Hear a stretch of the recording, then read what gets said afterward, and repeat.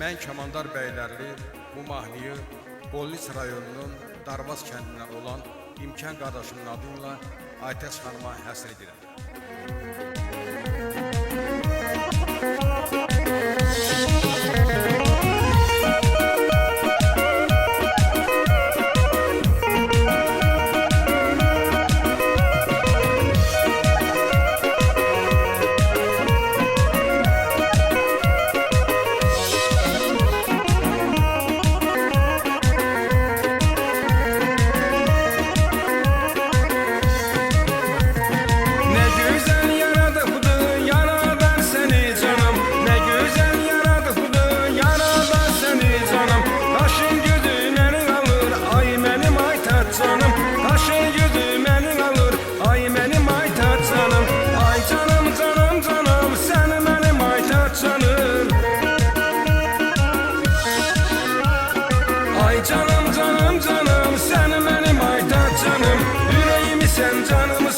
Ay mənim Aytat canım, ürəyimi sən canımısan, sən mənim Aytat canım, ürəyimi sən canımısan, sən mənim Aytat canım, evimini sən gülürsən, ay mənim Aytat canım.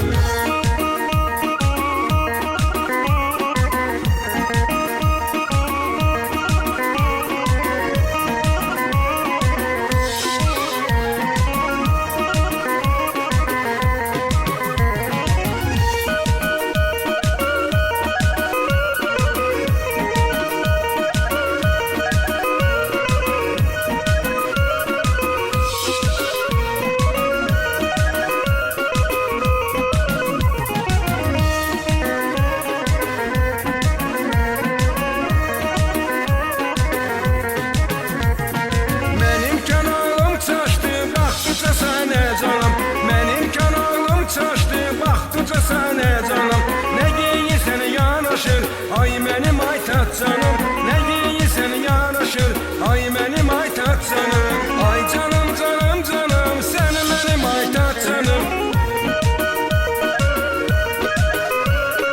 Ay canım canım canım, sən mənim Aytat canım, ürəyimi sən canımısan, ay mənim Aytat canım, ürəyimi sən canımısan, sən mənim Aytat canım, ürəyimi sən canımısan, sən mənim Aytat canım, evimini sən gülürsən, ay mənim Aytat canım.